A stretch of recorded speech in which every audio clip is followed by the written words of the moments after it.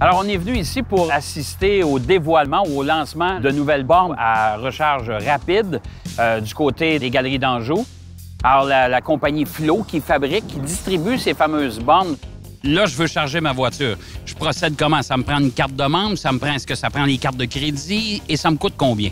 En fait, Flow, comment ça fonctionne? C'est que nous, on a un réseau de recharge publique qui est pan-canadien. Donc, ça fonctionne avec autant une carte de membre qu'une application mobile. Donc, on va avoir notre carte, on va avoir notre application. On va transférer des crédits à l'aide d'une carte de crédit sur notre compte. Et quand on arrive à la borne, on va s'authentifier avec notre carte ou avec l'application.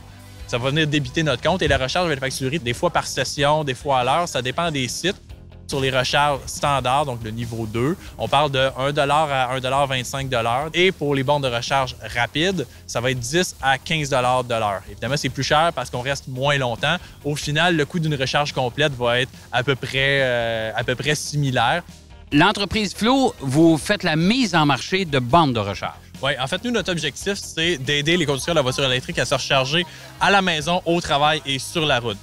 J'aimerais ça que tu nous expliques c'est quoi les niveaux de bornes. À la maison, les bornes de recharge qu'on va pouvoir installer dans notre garage, ce sont des bornes de niveau 2. Davantage considérées comme une borne de destination, donc un endroit où on va s'arrêter pendant quelques heures. La borne de niveau 2 va recharger à peu près en 3 à 4 heures. Ça dépend de la capacité de la batterie au moment où on se branche, ça dépend des véhicules, ça dépend donc de beaucoup de variables.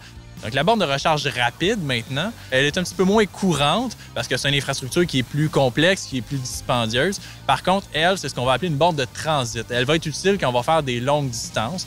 Par exemple, si on va faire un Montréal-Québec, il est fort probable qu'on ait à s'arrêter à mi-chemin entre les deux. Et là, le temps de recharge va être d'environ 20 à 30 minutes. Encore une fois, dépendamment de la capacité de la batterie au moment où on se branche. Pour le bénéfice des gens qui nous écoutent, si vous arrêtez dans un centre commercial, prenez le niveau 2, ça n'inclut pas les coûts de magasinage. Ça, on vous le dit tout de suite. Effectivement, et là-dessus, malheureusement, on n'a aucun contrôle.